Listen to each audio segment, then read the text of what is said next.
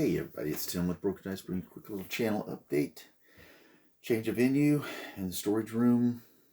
It's where I normally do all my painting, assembly. It's where I keep all my terrain, everything. Got all the cabinets around, so a little bit of a different look behind me. On to my project for the year, which is the Spanish allies for my Roman army. Right now I'm working on a unit of Scutarii. Those are more of the heavily armored Spanish troops. Got the first 20 primed, base colors, metallics, wash, that sort of thing. Got to go back and do little touch-ups. Invariably I always miss something. But this is about where I'm at right now with the boys. Really like the way they're coming out.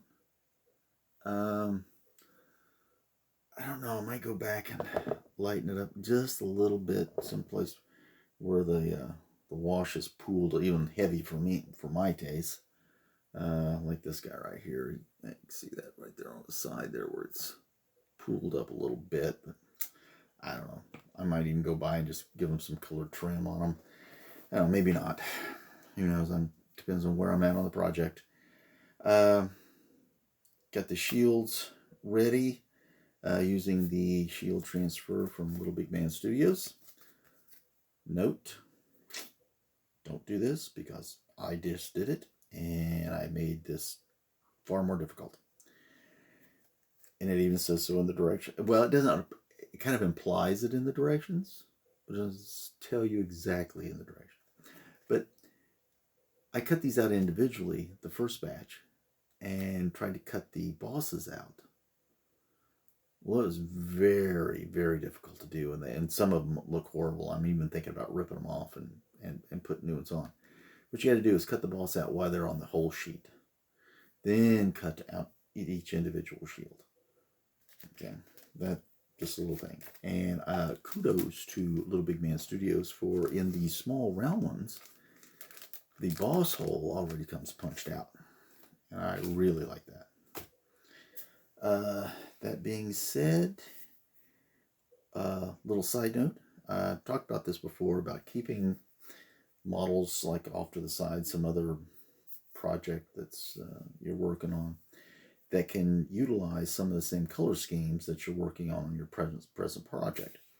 And so what I've been doing, I did this with one model already, but I've got these big 54 millimeter, this is a Celt.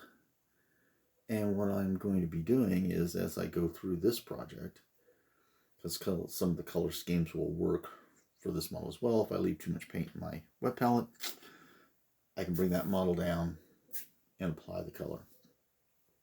Also, since some of these colors, and I paint in a lot of, I don't know, I guess, muted, bland colors, very, very dull. So I can also use the same color schemes and for my English Civil War project. So I can bring it like this. I'm working on a unit of musketeers, commanded shot. And so when I have a little too much paint or I've got a little extra, boom, put it right on them. And before you know it, I'll have another unit of those guys done too. That's about where I'm at. I think I showed you these guys. Got the blabbing, I'm not sure I did. But that's where I'm at. Been watching your videos while I'm painting, while I'm assembling. Keeps me going, keeps me going. Thank you very much, all of you. And thank you for watching this video. I hope that little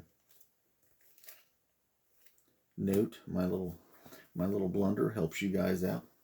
And I will see you next time with a unit that's some of these guys that are based with their shields on and hopefully looking good. You guys have a great week.